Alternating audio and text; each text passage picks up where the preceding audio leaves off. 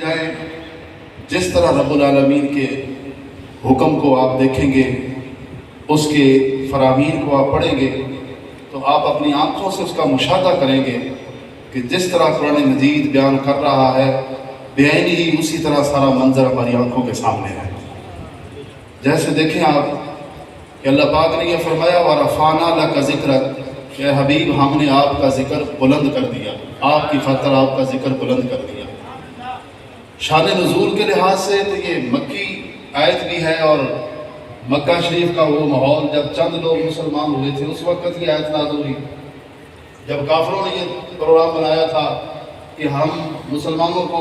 شہید کر دیتے ہیں، قتل کر دیتے ہیں، چند ایک مسلمان ہیں، یہ فوت ہو جائیں گے تو پیچھے اسلام باقی نہیں رہے گا، تذکرے باقی نہیں رہیں گے، تو اللہ پاک نے فرمایا وَرَفَعْنَا لَكَ ذِكْرَكَ اے حبیب ہم نے آپ کی خاطر آپ کا ذکر بلند کر دیا۔ اب ہر چیز کو فرقہ واریت کے لحاظ سے نہیں، کچھ تھوڑا سا بندہ انصاف کی نظر سے دیکھے تو پوری دنیا میں آپ کو یہ منظر نظر آئے گا کہ اگر عرش پہ دیکھیں تو پھر بھی تذکرے میرے آقا کے ہیں، زمین کے اوپر دیکھیں تو تذکرے میرے آقا کے ہیں، بلکہ زمین کے اندر بھی قبروں کے اندر بھی تذکرے میرے آقا کے جاری ساری ہیں۔ اعلیٰ حضرت فرماتے ہیں عرش پہ تازہ چھیڑ چھاڑ، فرش پہ طرفہ دھوم دھام، کان جدھر لگائیے تیری ہی داستان ہے۔ امام فخر الدین رازی علیہ الرحمہ نے اس آیت کریمہ کی تفسیر میں چند جملے لکھے ہیں، وہ جملے سے بات فرما لیں، ذرا توجہ فرمانا۔ علامہ اقبال فرماتے ہیں اثر کرے نہ کرے سن تو لے میری فریاد، نہیں ہے داد کا طالب یہ بندہ آزاد۔ بعض دفعہ بڑا عجیب بھی محسوس ہوتا ہے کہ دین کے نام لینے پر ہم اگر مطلوب اپنا دنیا بنا لیں۔ حضور داتا صاحب رحمۃ اللہ علیہ کی ایک بات بڑی خوبصورت میں پڑھ رہا تھا کشف المعجون میں، آپ فرماتے ہیں کہ آپ نے دیکھا کہ ایک بندہ جو ہے نا وہ ایک چڑیا ہاتھ میں لے کر لوگوں سے سوال کر رہا تھا کہ لوگوں اس چڑیا کے نام پہ مجھے بھی دو۔ تو میں نے اس سے پوچھا کہ یار کوئی کس نام سے مانگتا ہے کہ کس نام، تو چڑیا کے نام سے مانگ رہا ہے۔ تو اس نے کہا کہ اللہ پاک کے پاک نام کی عزت بڑی ہے، وہ اس کی یہ شان نہیں ہے کہ ہم اس کے نام پہ دنیا مانگے۔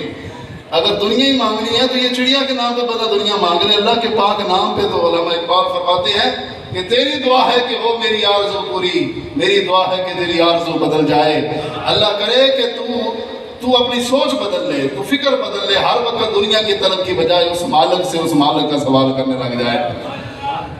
امام فخر الدین رازی فرماتے ہیں کہ اللہ پاک نے حضور کا ذکر کیسے بلند فرمایا۔ فرماتے ہیں کہ فلق الراو یحفظون الفاظ منشورک، کہ جہاں جہاں بیٹھے حفاظ قاری جو تلاوت کر رہے ہیں، جو قرآن مجید پڑھ رہے ہیں، حضور وہ آپ کے کلام کی تلاوت کر رہے ہیں۔ سارے مدارس پوری دنیا میں کتنا بڑا ایک نیٹ ورک ہے، جہاں جہاں بھی ہر 7 لاکھوں کی تعداد میں حافظ قرآن بنتے ہیں، جہاں کوئی قاری ہے کوئی حافظ ہے وہ بھی بیٹھا آپ کے کلام کی تلاوت کر رہا ہے۔ والمفسرون یفسرون معانی فرقان کا، مفسرین جہاں بھی بیٹھے ہیں وہ بھی ان کی بھی نقطہ نظر حضور کا پاک کلام ہے، حضور کا پاک نام ان کے پیش نظر ہے، وہ سوچ بچار کر رہے ہیں کہ حضور نے یہ جو فرمایا اس میں حکمت کیا ہے، اس میں حکمت کیا ہے، اس کا پس منظر کیا ہے۔ ان کی ساری ذہن کی سوچ کا